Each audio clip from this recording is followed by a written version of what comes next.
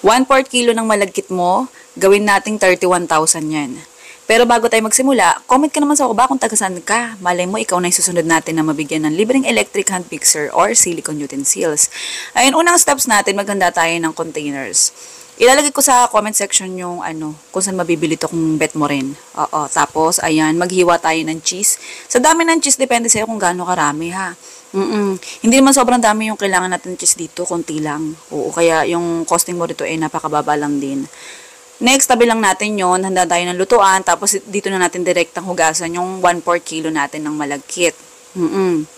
Sa akin, isang beses ko lang siya hinugasan. Kung sa tingin mo, madumi pa yan. Okay lang yan. Yung iba nga, hindi hinuhugasan yan. Yung sa'yo, pwede mo hugasan kung ilang gustong beses hugasan, ha? Tapos, lagyan mo siya ng eksaktong tubig. Ayan. Same way ng pagsaing natin. Sukat-sukat lang. Tansya-tansya, ganun.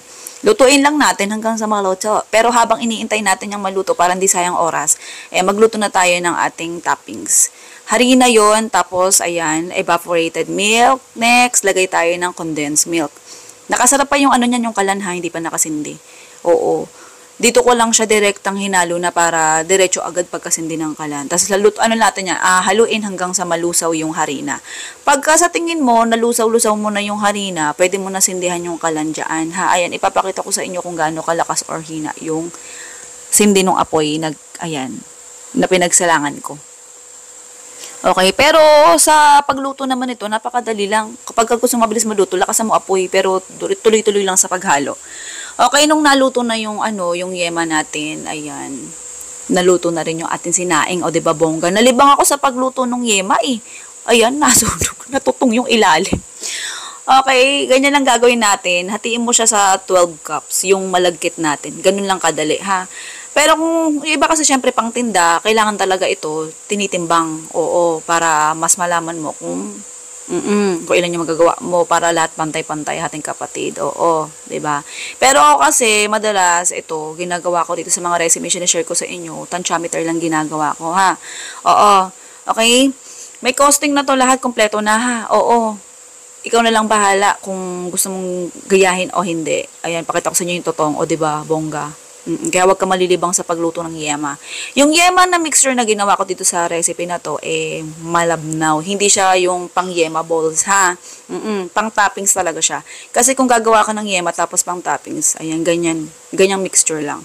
Yung iba, naglalagay ng itlog sa yema. Pero ako, ayan, yung procedure natin or yung recipe ko, para sa mga ayaw ng itlog o bawal sa itlog or bawal sa malansa. Okay? May iba kasi nagtatanong bakit wala raw itlog eh. Yung ganyan lang yung paglagay ng toppings.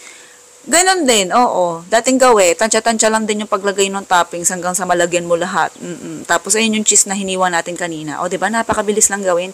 Sobrang dali lang nito, hindi ka mahihirapan. Oo.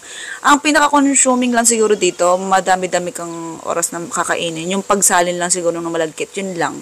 Kasi ipaplat mo pa yung ibabaw eh. Pero sobrang dali lang ng recipe na to.